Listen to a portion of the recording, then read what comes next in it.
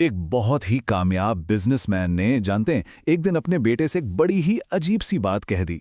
एक ऐसी बात जो सुनने में शायद थोड़ी गलत भी लगे, लेकिन असल में उसी एक बात में कामयाबी का एक बहुत बड़ा राज छिपा हुआ है।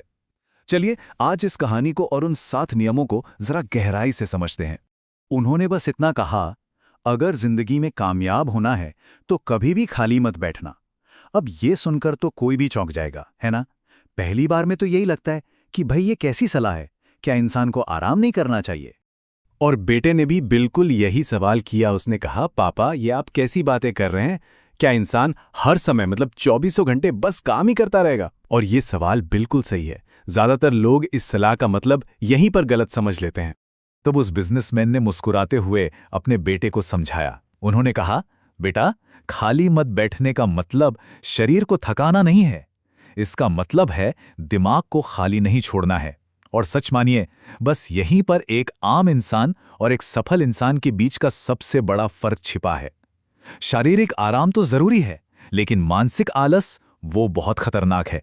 तो चलिए पहले और सबसे जरूरी नियम में गोता लगाते हैं।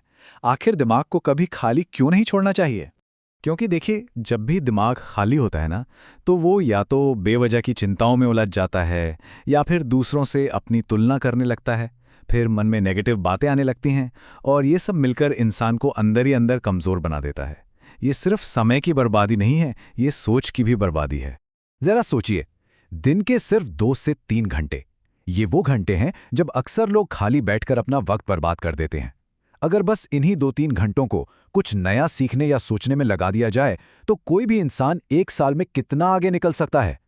यही छोटा सा फर्क धीरे धीरे जिंदगी में बहुत बड़ा बदलाव ले आता है।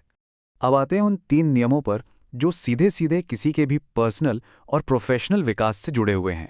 तो दूसरा नियम है, सीखना कभी भी बंद मत करो। देखिए, दुनिया बहुत तेजी से बदल रही है। जिस दिन भी किसी इंसान ने ये मान लिया कि उसे अब सब कुछ आता है, समझ लीजिए उसी दिन उसकी ग्रोथ रुक गई। और सीखना सिर्फ किताबों से नहीं होता, सीखना हर अनुभव से, हर गलती से और हर इंसान से होता है। तीसरा नियम है, सिर्फ सोचो मत, एक्शन लो। दुनिया में ना सपने देखने वाले तो बहुत हैं, लेकिन उन्हें पूरा करने वाले बहुत कम। ऐसा क्यों? क्योंकि ज्यादातर लोग सही समय का इंतजार करते रह जाते हैं, जबकि सच तो यह है कि सही समय कभी आता ही नहीं है। जरूरी यह है कि शुरुआत की जाए, भले ही वो शुरुआत एकदम परफेक्ट ना हो। और ये बात बहुत गहरी है। इतिहास हमेशा काम करने वालों को याद रखता है, सिर्फ सोचने वालों को नहीं। सोचना आपको दिशा देता है, सही बात है, लेकिन एक्शन ही है जो आपको मंजिल तक पहुंचाता है। चौथा नियम है, अनुशासन को चुनो।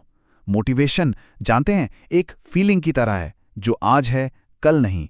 अगर हर काम को मूड के भरोसे छोड़ दिया, तो वो काम कभी भी लगातार नहीं हो पाएगा। अनुशासन का मतलब है मन करे या न करे, अपने लक्ष्य के लिए काम करते रहना। असली ताकत इसी में है।